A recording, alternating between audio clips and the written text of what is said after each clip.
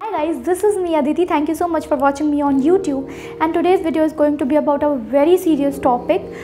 So let's get started. But उससे पहले I just wanted to apologize because I was very inactive from these days. Actually this was the phase of mine जिसमें मेरा मतलब एकदम mood ही नहीं था video shoot करने का. That is why I didn't shot any video.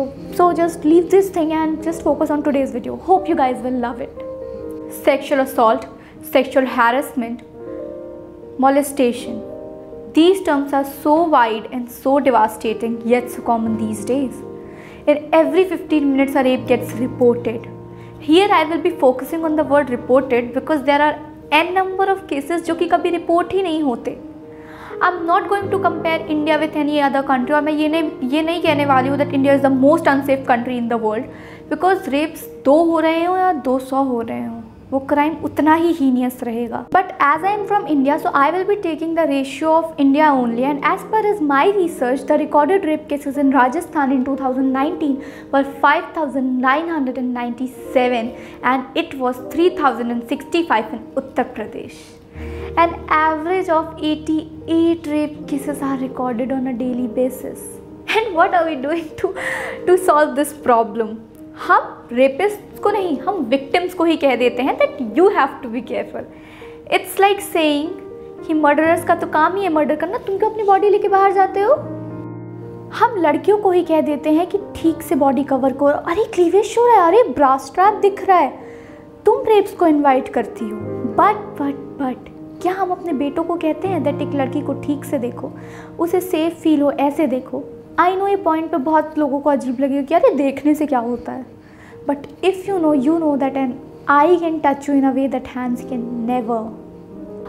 According to the 2019 annual report of National Crime Records Bureau, the registered rape cases across the country were 3,20,033.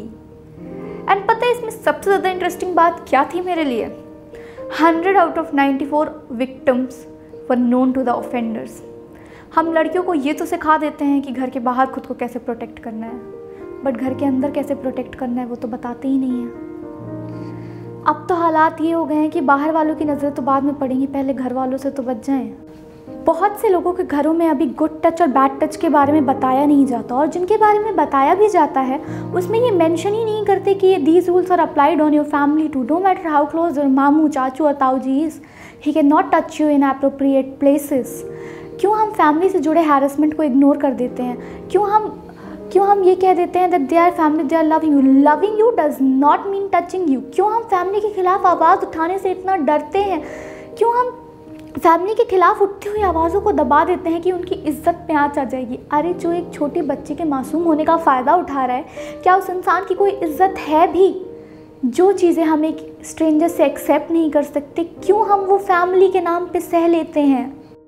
Sexual harassment is a situation characterized by making unwelcome sexual remarks or physical advances in a workplace or other professional place or a social situation. और ये जो term social situations है ना, ये सबसे ज़्यादा ignored है.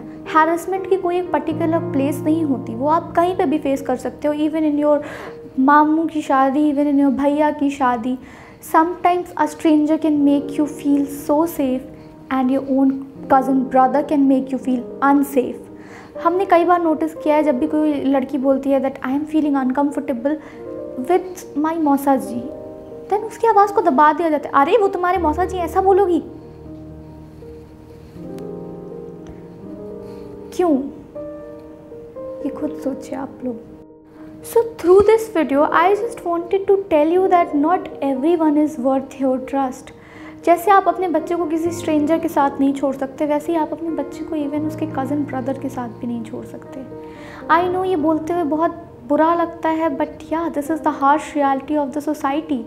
Please आप अपने बच्चे को इतना कंफर्टेबल बनाओ कि वो आपसे सब कुछ शेयर करे.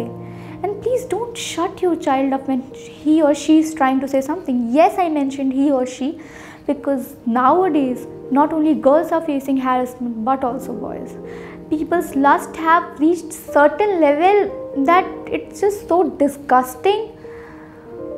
But yes, you have to listen to your child, you have to fight for your child. You cannot just keep your mouth shut just because they are your family. This was all for today. Just think about what I have said today. Thank you so much for watching this video, and lots of love from my side.